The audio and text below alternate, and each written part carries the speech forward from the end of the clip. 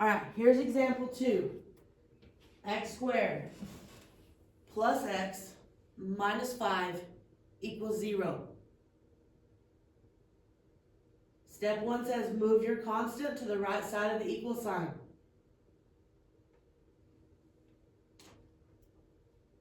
So if I'm moving that 5 over, again it's a negative 5, so I've got to add 5 to both sides. So I'm sitting at x squared plus x equals positive 5. I don't have to use step 2 because I still haven't understood 1 in front of the x squared. So you are ready for your side step. I want you to try the side step on your own, so pause the video and then start it back up. Let's check your side step. First part of the side step says I'm going to take half the value of x. Well, the number in front of x is an understood 1. So I'm going to take half of 1. Half of 1 equals 1/2. Remember, absolutely no decimals. Then you're going to take and square the half value. Just like with working with negatives, guys, put fractions in parentheses.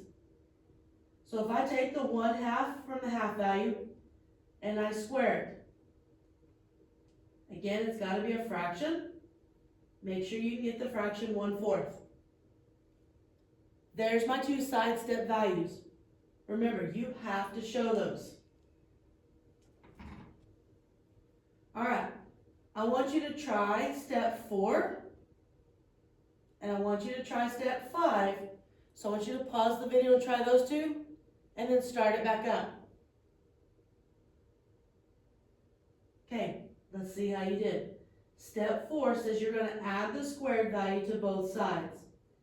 So that means I'm going to take x squared plus x equals 5, and I'm going to add my squared value to both sides. So plus 1/4 plus 1/4. Now don't get worried just because we have fractions. Guys, let the calculators be your best friend still. So when you did step 5, remember to convert the left side into squared form. You're going to use the half value from your side step. So it's always going to be parentheses, x. The part that comes next is my half value. Well, my half value over here in pink is a positive 1/2.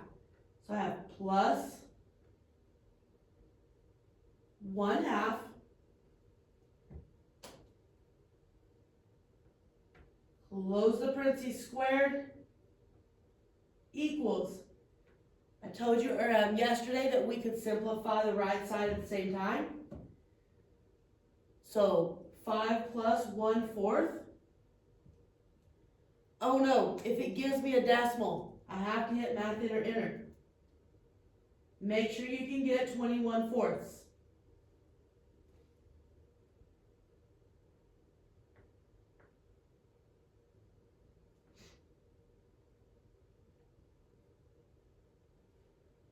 All right, we're done with step 5. Step 6 says we're going to take the square root of both sides. So we're sitting at x plus 1/2 squared equals 21 divided by 4. And I'm supposed to take the square root of both sides.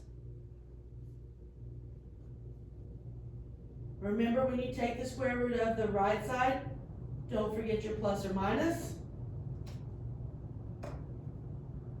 X, the squared and the square root cancel out. Leaves me with x plus 1/2 equals. Guys, when you have the square root, just a little side note, when you have the square root of 21 divided by 4, that's the same thing as saying the square root of 21 divided by the square root of 4. Okay? If you simplify this based on the factor tree, it's not going anywhere. it's gonna say the square root of 21, but the square root of 4 is 2. Now later on we'll get into some more rationalizing those fractions, but that one is good where it's at. So when I take the square root of 21 over 4, I can take the square root of both the top and the bottom. In this case, my bottom simplifies and it has no square root. So this is plus or minus the square root of 21 divided by 2.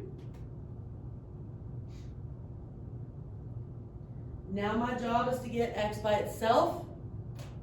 So just like any other number, if I'm going to move this 1/2 over, it's positive, so I need to subtract it.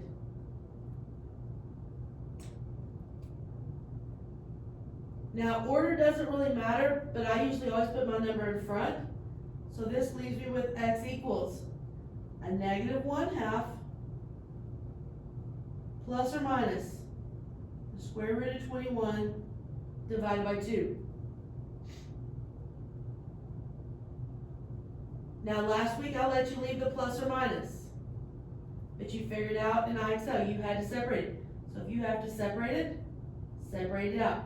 Negative 1/2 plus the square root of 21 over 2, comma, negative 1/2 minus the square root of 21 divided by 2.